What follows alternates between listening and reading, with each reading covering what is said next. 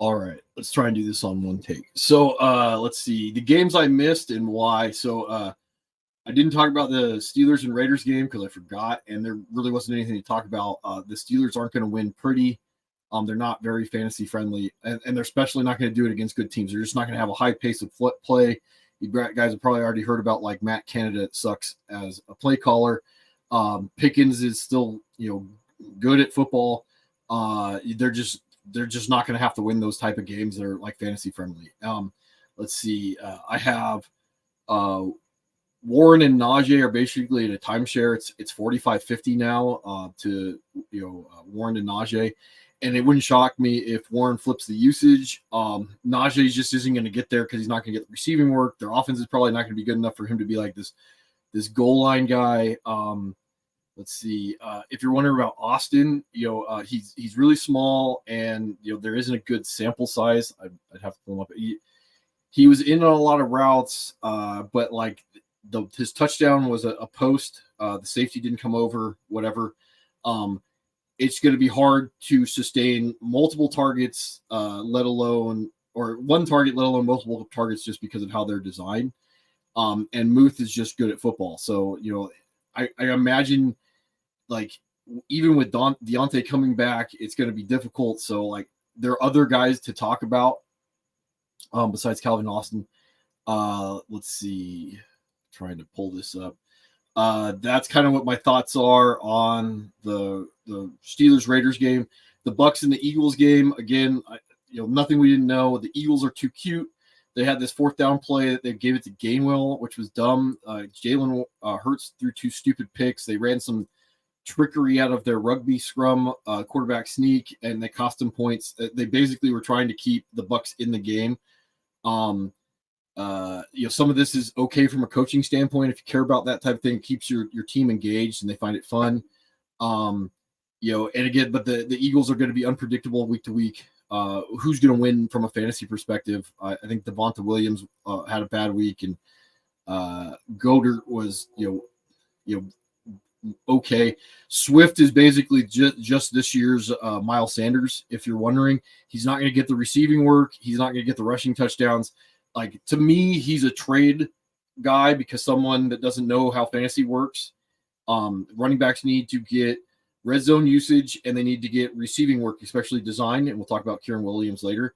And Swift is just getting like the gravy, which is rushing yards.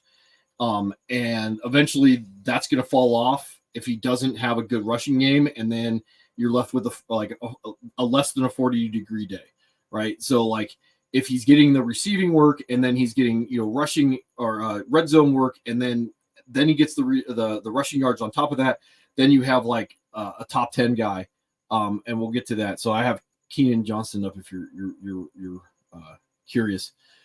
Let's see. Mike Evans still looks like a league winner because of what it cost to get him. Then moving on to the Rams-Bengals game, it was ugly. The Rams and the Bengals may not be good, which, again, some teams that we thought were going to be good might be bad. That might be the Bengals. Jamar Chase is still good at football. That doesn't change anything.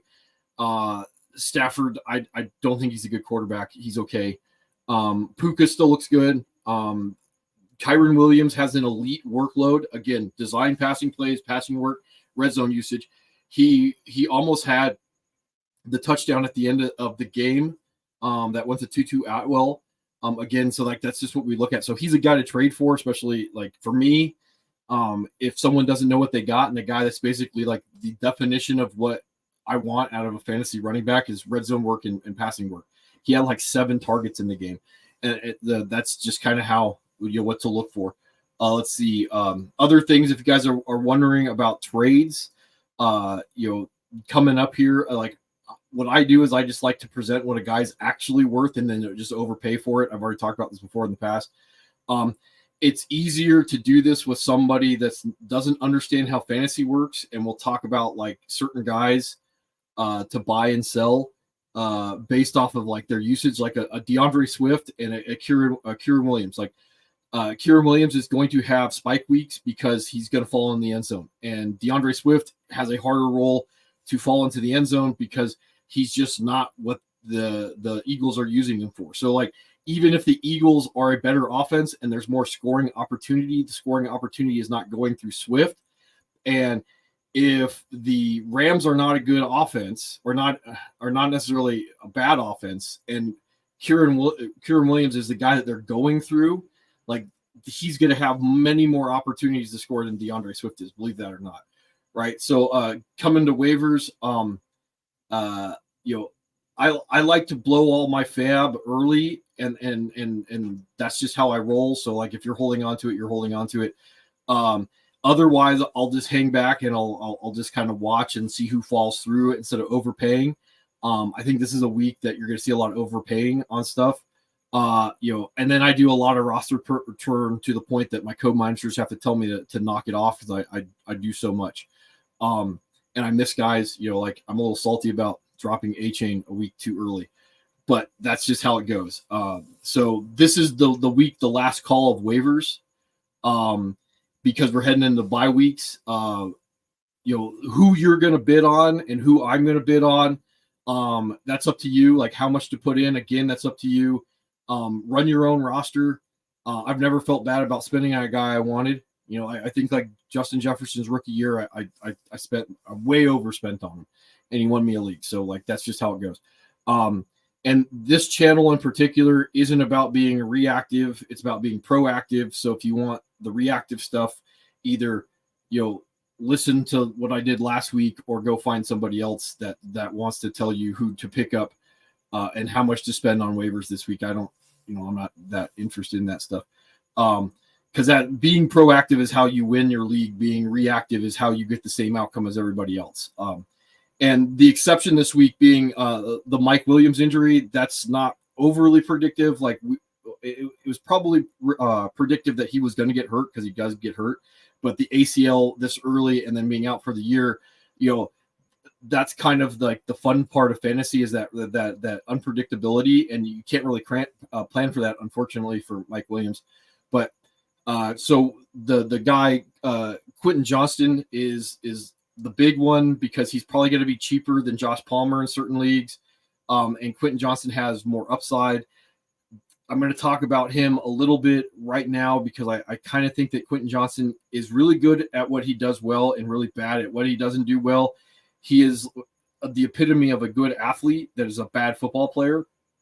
I don't think he catches the football very well. He doesn't run routes.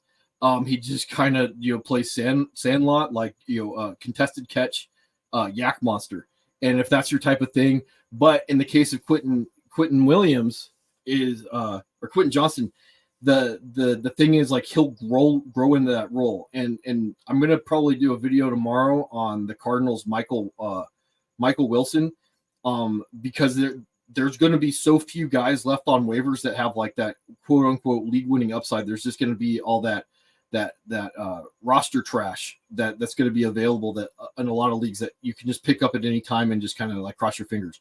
But the actual guys that like have a role that you're just going to plug in there and go like, I know I'm going to get these, it's probably going to be gone after this week. And especially with the bye weeks coming up, so we're definitely, this is the end of the arms race. We're going into the Cold War. So let's see, what else do I have? So to talk about the meta that looks like it's shaping up this year is it's going to be, even in 10-team leagues, the smaller leagues, like it's going to be 2 quarterback, 2 tight end. And I'll talk about like why that's occurring. By 2 quarterback, 2 tight end, I mean, like on your roster, you're carrying an extra quarterback, you're carrying an extra tight end. And it's because people are learning, they're understanding upside, and they're stashing these guys. So in the past, the meta was like, oh, tight ends are stupid, quarterbacks grow on trees. And they are still to a degree. However, the problem is, if you're being reactive to this, then you are playing the same game as everybody else. That means that you're going to get the same outcome. And people don't want to do that. They want to be ahead of the curve. They want to be proactive. And that's why the meta is carrying more than one quarterback, carrying more than one tight end. You don't want to have Justin Fields on the waiver wire and then miss out on, like last year's Justin Fields, that 5-game stretch. You don't want to have like Patrick Mahomes from years back or Lamar Jackson or your George Kittles, your Darren Wallers, your Mark Andrews, like when those guys blew up, like you don't want those guys to be on the waiver wire. You want them to be on your bench. And the best way to have them on your bench is to have them on your bench a week early, so you're not going to go out and drop the farm chasing something that you can't know for sure is going to ever happen again. Right. And I'm going to talk about that again tomorrow a little bit with Michael Wilson. I don't want to get into it too much today because, waivers are tonight. So anyway, and the other thing is, like, we're going to start carrying two defenses. Well, I'm going to start carrying two defenses pretty soon. The more I feel like I've locked in my roster and I have a plan to navigate my bye weeks, I'm just going to start carrying those two defenses, being one step ahead of my opponents. And it's now it's going into week 4, week 5 that I'm doing that. I've turned the corner. Right. So one of the other guys I think is interesting this week, as I look up, is Elijah Moore. Let's see. Pull him up for you guys. I don't have any tape this week, if that's what you're hoping for. I didn't see anything. I'm not going to be the Zach Wilson apology channel. So Elijah Moore, and the big thing with him is, like, he's just getting those opportunities. He's going to be, 9 targets a game, and then he's averaging 2 carries a game, and that's just too good to pass because he's either going to have a spike week from a yardage standpoint just because of usage, or he's going to fall in the end zone. And so, like, to understand how I would use Elijah Moore is he's going to be my flex or my wide receiver 2-3, and I'm just going to leave him there. And he's going to have those 40-degree days until he doesn't. And then I'm going to be happy that I played him, because if I try and predict it ahead of time, he's always going to burn me, right? Like, oh, he's on my bench that's the whole adage. Like, he's on my bench when he does good, and then he's in my lineup when he does bad. Well, he should just be in your lineup. The usage says just keep him in my lineup. Right. So, like, if he's available, Sleeper says he's 79% rostered. My other league, the Real League, says he's 67. He's also a guy that you could probably buy low on. And I know I said, don't buy low, but, like, I don't know what someone would sit there and pull out their knife and say, like, no, you're not trade raping me over this guy. So anyway, the rookie wide receivers, Tank Dell, Jaden Reed, and Marvin Mims, in that order, because we've already talked about Tank Dell. He should already be rostered. Jaden Reed should probably already be rostered. And Marvin Mims shouldn't be, but we'll get to Marvin Mims later, because the cheapest is always the best because they have the least risk. And depending on what your out or your situation is, the least risk is probably the best because it allows you to move on without certain problems, either individual psychology or just the fact that, like, it doesn't matter. I'll explain it later. So anyway, we already talked about the Mike Williams injury. Quentin Williams, I see him more like Cordell Patterson, and then there's Josh Palmer. Josh Palmer did about 60% snaps. Quentin Williams hasn't been up there in snaps all year long. I've been watching him because, like, they're guys to get or Quentin Johnston. Sorry, I keep saying Williams. I don't know why, because I have it written down wrong. Quentin Johnston, he's been hovering around 20% snaps. Like, it does kind of look like they're trying to get design stuff to him. I don't really care about that stuff right now because, again, he's going to probably just elevate into the third role or third wide receiver, the wide receiver 3. A guy like Gerald Everett, I think I have Gerald Everett written down someplace. He's probably are also going to get an upgrade. Most of the targets that were going to go to Mike Williams are going to go to Austin Eckler because vacated targets tend to go to running backs, and the Chargers got one of the best receiving running backs out there. So anyway, to go on a little bit, to not bury the lead with Achane. Remember, I'm a little salty because I released him. I'm going to talk about Miami a little bit later. I always bet against records, but just from a probability standpoint, the records for a reason. I actually missed on the Michael Thomas season a few years back because I said if he continues to improve, he's going to have a record-breaking season. He did. I missed on him. That's my problem. That's just how I view fantasy. Like, the outliers are hard for me because I tend to bet the under. So if you're a guy who bets the over, then you're going to hit all these. So the Miami offense is probably not sustainable on the year. I will talk about why. So anyway, to move on, and this is mostly alphabetical at this point by team. So Roschon Johnston's snaps are up to 42. Herbert's are down to 45 from 60. Or excuse me, Roschon's are up 42 to 45. Herbert's are down 60 to 55. But the Bears offense isn't very good. They're probably going to start hearing about the backup quarterback Tyson Baguette. I didn't like his college tape at all, but I saw some of the guys talk about his preseason tape. I watched that. I liked his preseason tape, and from a coaching standpoint, he's basically doing what he's told to do, which I like. So I'm probably going to be more into the Bears if and when I start hearing that they're going to go away from Justin Fields. I just don't think Justin Fields is being used correctly. Again, we'll talk about Zach Wilson later. And it doesn't matter. From a fantasy standpoint, it doesn't matter. DJ Moore could catch an 80-yard touchdown. You're never going to be able to predict overall usage. Moving on to the Bills, Dalton Kincaid's snaps are down. It's probably time to move on. When I'm wrong, I'm wrong. He's going to have spike weeks. There's no way to predict it at this point. Laporte was the right rookie tight end to go with so far. Congratulations. When you're right, you're right. So the Broncos running back situation, Javante's pretty steady, but it's a bad offense. The big guy is Marvin Mims. He's consistent at 24% snaps. That's the guy I'm probably most interested on if you miss on Tank or Jaden Reed.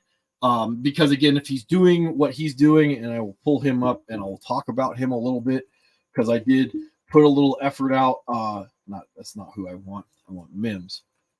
Marvin Mims. So you see he's at 27% snaps, 24. He's only getting 2 targets a game. He's up to 5, or he was getting 2 targets a game, but he was converting on those 2. He got 5 last game in that really horrible game script. He had 3 receptions, downfield shots. He had a returning touchdown. Again, the thought process is if he's able to do 5 targets, 3 receptions, 73 yards on 24% snaps, the idea would be the efficiency would go down a little bit as we see the snap percentage go up. But since we get more opportunity, we're going to get more production. So buying on the fact that there's no way he can actually get lower opportunity unless we get that dumb of coaching, we should get a slight spike in production, and we can be proactive on that spike. That's why he not only is he cheapest, but he's got the most upside based off of just a slight increase in snap share. Let's see. And again, like I said, with the Javonte Williams, his usage is steady. I just don't see the offense being good. And without design passing work and red zone work, just the gravy that he's going to get off of 10 to 15 touches a game, it's just not worth it. He's just a guy. So moving on to the Browns with Jerome Ford, he had 56% snaps, which paced both the 11% snaps for Pierre Strong and 20% snaps for Kareem Hunt. It was a really weird game script because of the best run defense and the Browns just trying to throw the football. His touchdown catch was a design wheel route, which is good stuff. Remember, design passing put work and red zone work. So we got both of the things that we want from Jerome Ford. So if the owner is a little weirded out because of his usage, design passing work, and the other thing he got was red zone carry, he cashed that in for a touchdown. So we don't always care about how the sausage is made, but what they're telling us is it's good stuff in the sausage. All right, moving on to the Cardinals. So the running back, Amari DiMercado, who I guess is the backup running back from TCU behind Kendre Miller. I haven't heard anything about him. Don't know anything about him. He's 5'9", 220. His snaps are up to 18% snaps over Keontae Ingram, right? So, this is an interesting thing to look at, especially if you're the owner of James Conner, because this guy might be your handcuff. Now, he hasn't been used almost at all, which is a little strange. So I don't even know what his usage is, and I couldn't find anything on it. You can see 5% snaps, 12% snaps, 18% snaps. So he had one rush last week against the Giants, and then two targets for 7 yards. He had 18% snaps and 2 rushes. So whatever's going on with this guy, like this is the guy to be monitoring, because if he's getting more snaps than Keontae Ingram, he might be the guy that they actually have handcuffed to James Conner for whatever that's worth. And there's a lot to talk about with the Cardinals because they ain't tanking. So whatever we thought they were going to do with the tank job, like they went out and they beat quote unquote the best team in football, and they've been playing like some competitive football for the first few weeks of the season. There's reasons for them not to play Kyler Murray. There are reasons for them to play Kyler Murray, but they just played themselves out of the Caleb Williams sweepstake, and that means that like now all they can do is try and win games. All right, so like who knows what's going on there? That's why we're talking about like Michael Wilson. And just to give you a quick look at Michael Wilson, I went and I looked at his big catch last game. It was just a blown coverage, him running free in the middle of the field. His snaps are down from week 1, but they're up from week 2, and he's kind of a big contested catch guy. He kind of reminds me of a DeAndre Hopkins. I'm not saying he's DeAndre Hopkins. I'm saying like he's not particularly fast. He's just gonna go get a football. And it's just from a coaching standpoint, there's certain times where you just have to throw it at that guy and let him make a play. That's what he is, and that's kind of what the Cardinals need. That's what they don't have. So we'll talk about him more tomorrow. Let's see. Again, the Chiefs, the grain of salt with the blowout win is Sky Moore, or take this with a grain of salt because of the blowout win. Sky Moore had 65% snaps, which is steady. Rashee Rice was up to 51. And for context, Justin Ross ran 38% snaps from 13% the week before because, again, this was a big blowout. Justin Watson's consistent 40% snaps. MVS is down to 53. He had a touchdown called back because their offensive tackles are kind of wonky. So anyway, the idea is, Sky Moore, contested catch, yak guy. Rashee Rice, again, contested catch, yak guy. And if Rashee Rice is going up, getting pieces of good offenses, like when we talk about like Miami, that are tending in the right direction, people are going to go out and they're going to spend their money on a Tank Dell this weekend or tonight. And a Rashee Rice is a guy in a good offense that is ascending, that may or may not be on a lot of people's rosters. And these are the last week of stashing that we want to look at the numbers going up for these guys. And that's a good guy to be looking at is Rashee Rice. And I'll, instead of just talking about him, I can pull him up. So, you see, and then he had 7 targets in that weird game strip for 5 receptions. And that good offenses, pieces of good offenses. And if he starts developing into the wide receiver 1 on a good offense, and I didn't see it, like it's the same thing with Quentin Johnston. I didn't see it with Rashee Rice, but again, coachability, getting a guy who just does what he's told, and can develop into these roles. And if they like him and he keeps doing what he's told, like, I will take 7 targets in the Kansas City offense. That is predictable usage, and that, which means he's going to have a spike week. So like that's you can put that in there, and that's a better offense to have than like a rookie-led CJ Stroud. We'll talk about him later, or like a low pace of play Packers team. So anyway, moving on from that, we have Josh Downs with the Colts. He's up to 80% snaps. Got to pull him up for you guys before I forget. Downs. So he's up to 80% snaps. He's been relatively consistent, 79, 75, 80. He spiked this week with 12 targets.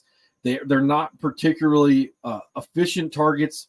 We don't always care about that, but and this is a Gardner Minshew offense, but he was already having high snaps and being relatively involved with the offense. And again, these are guys that just stick them in the back of your pocket and see what happens. I don't think he's going to really overtake Michael Pittman in that offense, but again, like it's cheaper to get him than what's going to cost you to get Tank Dell. Let's see. Moving on to Washington Redskins, and this is kind of sad because I called this out, but when you're wrong, you're wrong. Brian Robinson, not good. So the Washington Redskins, because I refuse to call them anything else, they play Buffalo. He was down to 37% snaps. And Antonio Gibson, if I have it written down here, Antonio Gibson was at 91% snaps. And what this kind of means is there are hard defined roles in the Washington offense, and nobody's getting phased out. And that includes Antonio Gibson, who fumbled again. And I really like Antonio Gibson as a prospect, but he's just not being used. He hasn't been used correctly in his 4 years in Washington. That ain't going to change. And the Redskins are probably bad. So unless you can predict the matchup really well to play Brian Robinson, and I just don't see the use or the opportunity really being there for Antonio Gibson. Like Brian Robinson went from a guy that I was looking to see if I could get away from the owner, and the owner should have sold last week because, again, 37% snaps, doesn't matter how efficient the 10 carries for 70 yards are, design passing work and red zone work. And if those aren't there, then like that's not the running back to have. And again, like when we talk about like Miami down the line, this is another sign of bad coaching because you got to figure out a way to get the ball to your best players in good spots. And when the Washington's just like, no, we're not going to use our guy. Like that's just a sign that they're stupid. And I don't want parts of stupid offenses because then from a fantasy perspective, that guy is going to be in my lineup and I'm going to go, why isn't his point total ticking upwards? So moving on to Tony Pollard, and this is actually fun. So a guy to look at is Rico Dowdle for Dallas. This is probably Tony Pollard's handcuff. He's up to 14% snaps, which is relatively consistent with his 16 and 21. He's got 4 rushing attempts this last game. He's had 6, 7, and 4 in the Cowboys game. He had 3 targets. I watched the game tape. I actually put the effort out. He had a touchdown, and these were design plays. Again, redstone usage and design passing work. They were screens. Like if they're doing it now when he's quote unquote Tony Pollard's backup, his handcuff, Tony Pollard's was at 86% snaps with all the work that he's getting. So like Rico Dowdle, like that's a priority handcuff for me if I'm a Pollard owner. And the other thing is from a strategy standpoint, I want to pick up Rico Dowdle and I want to for lack of a better put this, I want to extort the owner of Tony Pollard if I can, because like he's going to need that guy. He's going to disproportionately need Rico Dowdle from me as opposed to anybody else in the league who's just going to see him as a handcuff. Going back to like how to deal with handcuffs, yours versus other people. Tony Ferguson is still solid at 69% snaps and 7 targets. He's not going to win any leagues. Probably should be rostered in all leagues because like when those days start coming, Tony Ferguson, 7 targets on that snap share. Looks like they got design passing plays for him in the red zone. Like those are the things I like, right? So moving on, we're finally to the Dolphins with Achane and Mostert and scheme. And I watched the tape on this, and there's some really pretty stuff going on in Miami. You can go to other people's channels. You'll have them pull up the tape. They'll walk you through it. There's some stuff I want to talk about in this. I have it pulled up. So I watched the tape, how they hung 70 points on the Broncos and how the Broncos only did 20. The game was actually a lot closer for most of the first half than the score would indicate. There was like some fourth down plays. There was a call in the end zone that got overturned on a penalty or something like that. I'm trying to remember. There were some late turnovers by the Broncos that put the Dolphins in some good positions, and the Dolphins just ran the score up. I mean, you can see from the box score, Devin Achane had 2 fourth quarter touchdowns when the game was already like was it 49-13 when he scored touchdown 3, and it was already 63-20 when he scored touchdown number 4 on a 67-yard run.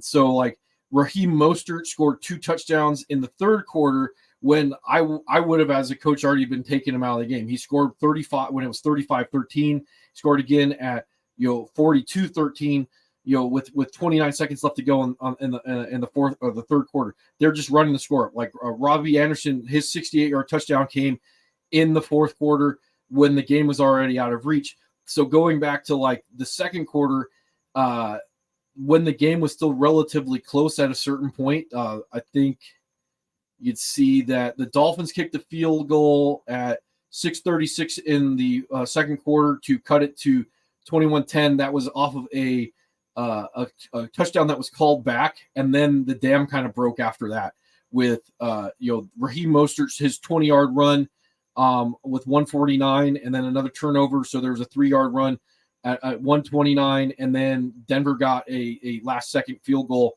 to end the half to make it 35-13. So it's kind of, the stats are kind of overblown. And I bring this up about like Devin Achane. I think he's great. I've been touting him all year. I'm a little salty that I dropped him.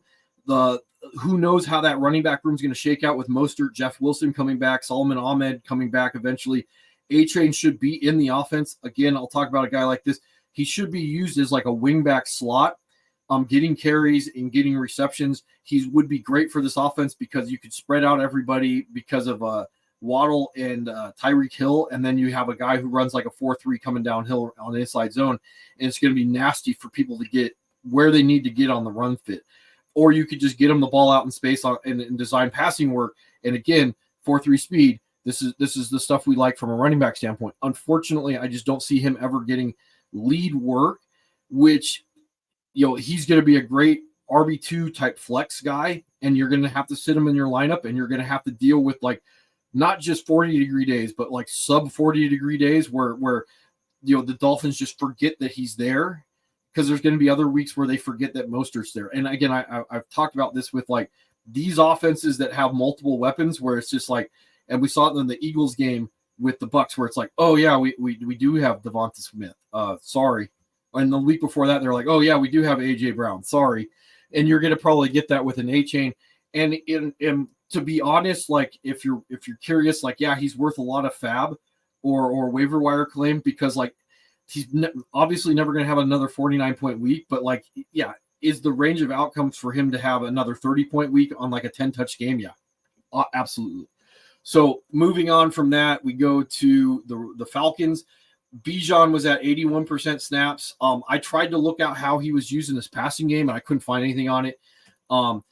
Again, I heard that he's being used out wide. I didn't see that. He is being used as like a slot back and moved around and designed stuff, so that's good.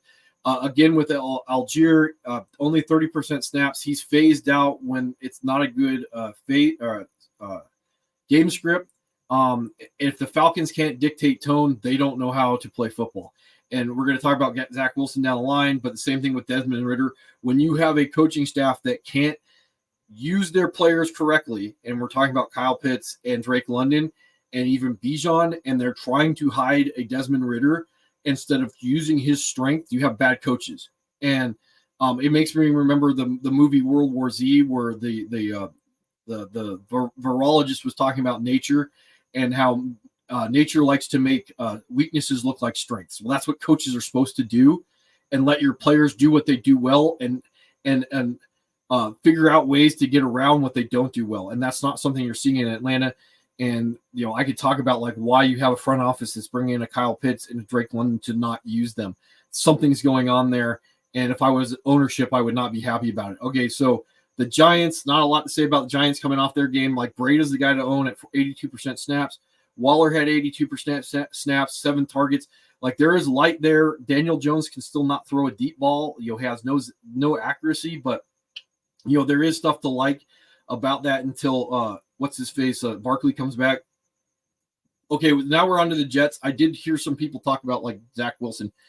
Not a Zach Wilson apology channel. I do not like the Jets.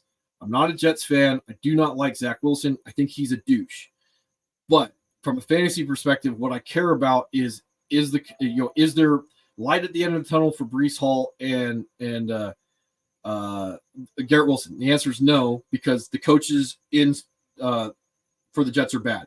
If the Dolphins can scheme up their guys and the Cardinals can win with Josh Dobbs, like the Jets should be able to do that with the guys that they have. Their offensive line is really, really bad.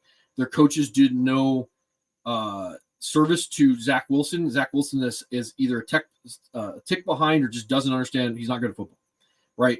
And his receivers aren't doing very well. They're not helping him out at all. If you're wondering about certain things, like I could just talk about, like Geno Smith was the former quarterback for the Jets, and now he's pretty good for the Seahawks. It's not that simple with the quarterback position. And if a guy like Zach Wilson is feeling ghosts, I think that's what Darnold said years back about the Patriots. If a guy like Zach Wilson, the clock in his head's going off because he's just his offensive line is getting obliterated, it doesn't matter from a fantasy standpoint. There's no turning this around. And the Nathaniel Hackett, the OC for the Jets, was like, well, I didn't know Micah Parsons was that fast. It's like, quit.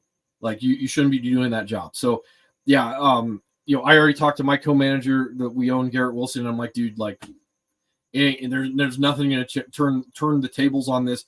Trevor Siemian is not, he's not going to be that much of an upgrade from Zach Wilson to make a difference when you have this bad of coaching.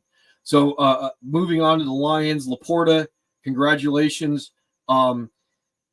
He was down. Let's see, I'll pull that up. I think his overall usage or his snap share was down. I have written down here, but it doesn't matter because his targets are up. Yeah, his overall. So his snaps were down to 80 or 74. But again, I don't care about how the sausage is made. Sometimes if he's being used more efficiently, that's all I care about. 11 targets, 8 receptions, 84 yards, and a touchdown. Congratulations if you picked Laporta. Montgomery may be back this week. Josh Reynolds, 77% snap share, no targets.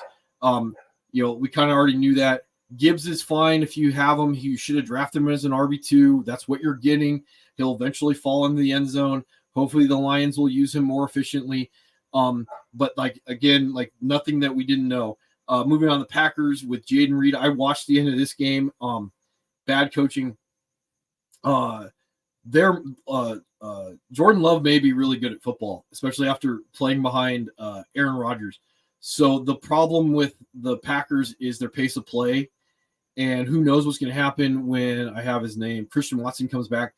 How the offense is going to change. It might actually get a lot better, or the targeted distribution is going to be all over the place. So Jaden Reed was at 66% snap share. Pull him up as I type in the wrong letters. So, he was at 66% snap share, only 3 receptions for 7 targets, but he's being designed into the passing game, which is good stuff. Like that's more predictable. 63% yards. There were some drops and some other shenanigans going on in this game involving both teams. So his numbers could have been better. Dobbs is up to 86% and 12 targets. I mean, what's his face? Luke Musgrave was at 86% snaps and 8 targets. This is going to be rather predictable with him. And at this point, if you haven't been stashing him since the preseason when I was talking about him, I don't know what to tell you, because eventually he's just going to catch that touchdown and he's going to be tight end 1 for the week. So he was at 8 targets on I think he had 6 receptions, and some of his plays are designed. Again, these are the things that we like. I looked up Donovan Wicks. He's a 5th rounder from Virginia, kind of a Romeo Dobbs clone, but slower. He was at 66% snaps. That's probably going to go down when Christian Watson comes back. But the interesting thing is about them is that if they up their pace of play, they become much more fantasy relevant. This is a team for next year. Everybody's going to be like, oh, we'll go buy pieces of the Packers. But if they continue to get that pace of play up so they can put more pressure on other teams because they just have targets and Jordan Love's good at football, there's just, again, being proactive about having pieces of this. That's what we like. Moving on to the Panthers and stuff that we don't like. So Adam Thielen, the ghost of Adam Thielen, he was out there putting up 92% snaps on 14 targets and 11 receptions for 145 yards and a touchdown. Second week in a row with a touchdown. Is Adam Thielen back? Remember, we had Andy Dalton out there. This offense is going to be all over the place. I have Miles Sanders had 9 targets last week, and some of those were split out wide. So we had early in the year, we had Mingo and Terrence Marshall. This week we had DJ Shark at 94% snaps with 11 targets. This offense is going to be really unpredictable at this point. And stashing these guys or trying to catch lightning in a bottle, like that's fine. But like, who knows what the identity of this team is with Young and Dalton and the offensive line and Miles Sanders being used as wide receiver. Like there's stuff to like and stuff like not to like. I tend not to like unpredictability in fantasy, but those be the numbers. If he's available, there's nothing against going out and getting an Adam Thielen. There are worse scenarios out there. So the Patriots with Ramondre Stevenson was at 65% snaps, but he was inefficient. Zeke was at 38% snaps, but he was efficient at 16 carries and 1 target. He had 80 yards. The weather played a part in this game. Going back to Zach Wilson, the Pats passing game is probably never going to be anything to shake a stick at. I probably don't want any of the other pieces besides like Hunter Henry. But yeah, that's what's going on there. So like, if you're a Ramondre owner, and I am, like, thinking about Zeke is not necessarily a bad idea. Talking about teams and how competitive they're going to be, because the NFL has that extra playoff team, 7 playoff teams. There's a chance that 7 and 10 teams can get in. 8 and 9 teams are going to be competitive until late in the season, because there's still going to be a chance that they can get in the playoffs. I bring this up with a team like the Patriots because they're in the AFC East. Like they may be a fringe playoff team and they can still have stuff to fight for. They kind of need to make certain decisions from a roster standpoint on a guy like Mac Jones. So like, it's not like they're gonna mail it in. So depending on what goes on, like a guy like Zeke could have value because they have to figure out a way to win, and they got to figure out if Mac Jones is the way to do it. So going on to the Ravens, I do have this stealing this from the guys over at Underdog. They're pretty good. I thought this was something I had to buy. It's just something you can look up with the next gen stats. Not everybody has next gen stats. But anyway, Zay Flowers. So the week before with Zay Flowers, to show like these are more real routes in the NFL, that there are targets that they have. I shouldn't say real routes. These are routes, the downfield routes are the shot routes that we kind of like because of the fact that like they have a better chance per play, even if they're lower percentage plays. So those are things that we like. And then last week and this week, he's just a running back that they're throwing short to with kind of these routes. And the problem is like his upside as a wide receiver 3 when he's just running these short routes is going to heavily involve him like ripping one off. Otherwise, he's just going to be a very low floor wide receiver 3. And as much as I like him, this goes back to like my thoughts on Lamar Jackson not being a good quarterback. Like you got to run a real offense. You to win games. Like from a fantasy perspective, it looks good for Lamar Jackson owners, but like the targets, the guys around it, just they don't have any value because you can't predict it. Like having Zay Flowers on your bench when he goes for 30, and because you can't, you're getting sub 40-degree days is just not something good. The other thing is like Kenyon Drake, as I try and pull him up for you guys, like he's probably the guy to own, especially with the Gus Bus concussion. He's only at 15% snaps, but again, the receiving work, 2 receptions for 31 yards on 3 targets. Like I'm less concerned with rushing work, especially if he's going to be the red zone guy because of the receiving work, the design receiving work. So this is the guy, this stash, if you're kind of curious. I don't know how much value he's going to have down the line. So let's see. Kendre Miller was at 34% snaps for the Saints. Tony Jones was at 49. Again, like I talked about, like I was hoping that we'd see design passing plays to Kendre Miller versus just running your running backs in the back of the offensive line. Tony Jones, I think, was more involved with the passing game. If you're wondering about Rashid Shaheed, he was at 72% snaps to Michael Thomas's 75% snaps. And again, this is a problem of mouths to feed. And Kamara's coming back this week. And I imagine beyond Olave and Kamara, this is just not going to be a particularly good offense to try and predict anything. Michael Thomas is probably going to be limited if he gets the red zone work. you're maybe a low end 2. And then, Kendre Miller, just how he was used in week 1. Maybe he's a deep stash, but like Kamara's coming back. I don't know. Like, again, there's nothing to make me go, I need to hold on to my Kendre Miller shares after this week, because he didn't light up the sky, and Tony Jones, they still appear to like him more. And then Kamara's going to have his big piece of the cake, and then whatever's left for whatever else. Okay, but on the other side with the Seahawks with Zach Charbonnet, so I pull him up. Charbonnet. So he was up to an interesting 43% snaps this last game, and this was in a game script that, like, I would be a little bit more concerned if they were blowing out Carolina. They weren't. So he's at 43%. It kind of looks towards the trend of the NFL to have like a usage back and a dirty work back instead of like a grinder. So like a guy, a pass blocker, a guy just to be in on plays that are not designed to go to the running back. That might be Charbonnet's role. But at 43% snaps, 9 carries on an efficient like 5.1 yards. And then 2 targets. Like, again, this is high value handcuff stuff.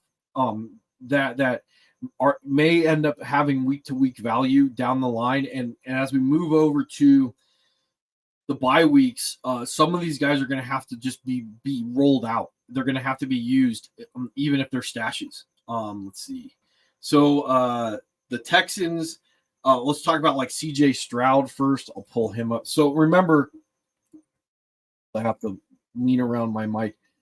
Guys that are pure passers in the NFL, like a CJ Stroud, are going to have a much tougher road to being fantasy relevant.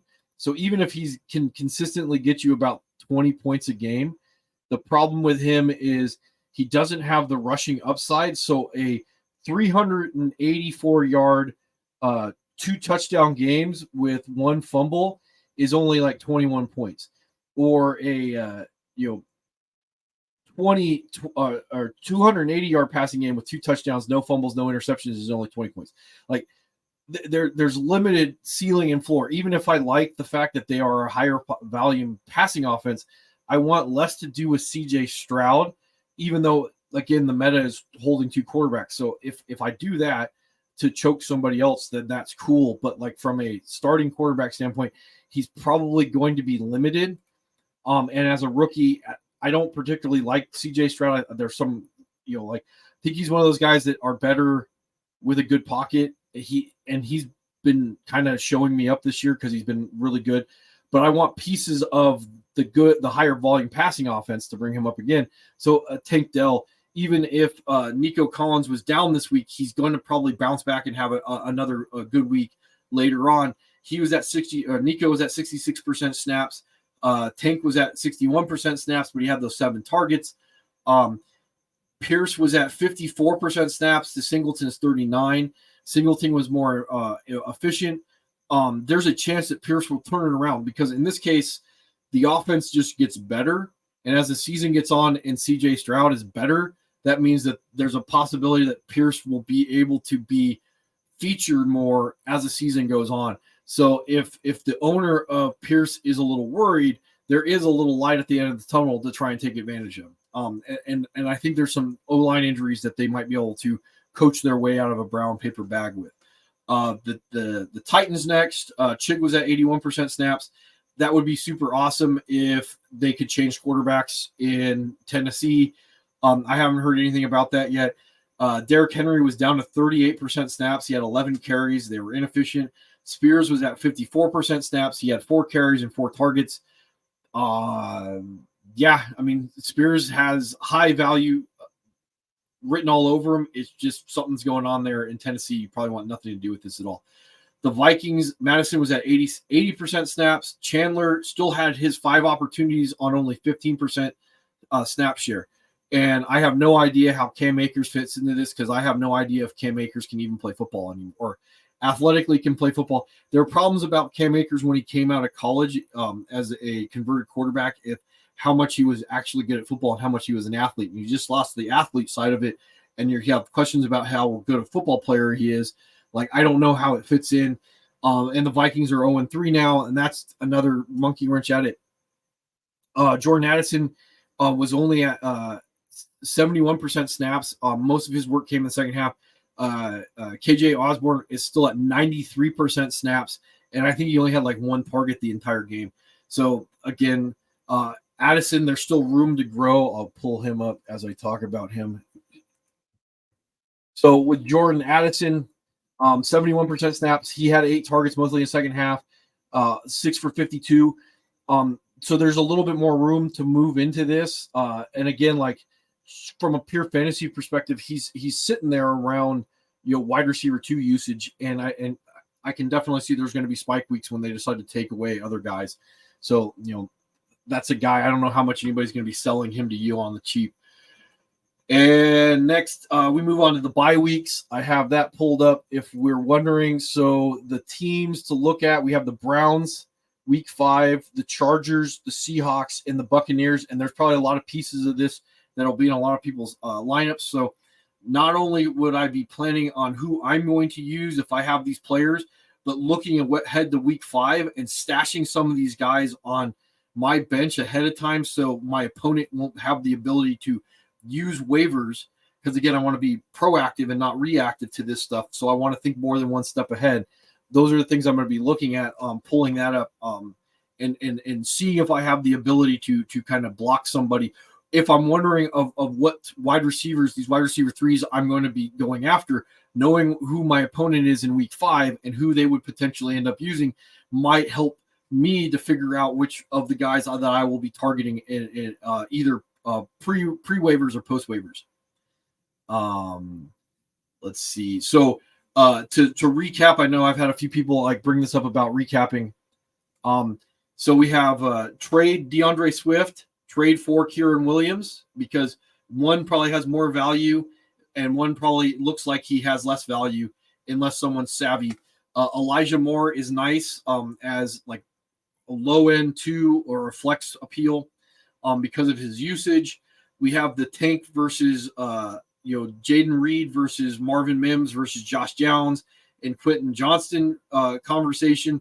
And again, this is kind of like how much I need a guy to be in my lineup, and I need to kind of hope that he is what I think he is, versus how much I can stash him at the bottom of the bench. And I'll bring up like Michael Wilson in this as I talk more about this tomorrow. Because Michael Wilson is, he's going to have that spike week, and there's only so many slots that I have left for stashing. So like just the cheaper, the less risk I have, to hold a guy one more week if I have that opportunity going into buys.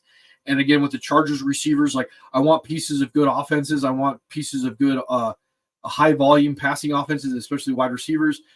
So like, Williams over Palmer for the upside. Palmer's probably going to just have immediately wide receiver 2 or usage or weekly usage. We've all seen that Josh Palmer, when they've leaned on him, can actually put up fantasy relevant games.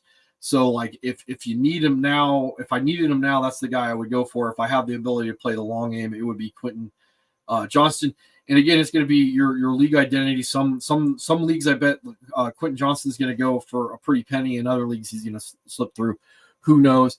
Then the Chiefs receivers. Again, there's a lot of wide receivers to stash this week. If you miss out on one, you're probably going to be able to get another one. Rashee Rice, getting pieces of good offensive that have high passing volume. And then to finish off, Rico Dowdle. Because Pollard is one of those unicorns, and I want to be, having my insurance policies, and, having an insurance policy on a good offense to a unicorn is probably not a bad idea when they're already showing that they're designing plays for him. So anyway, that's about all I got to today. Like I said, we'll talk more about Michael Wilson and some strategy stuff for those that aren't particularly into the more straightforward, like who's and thens. So anyway, that's about it. And yeah,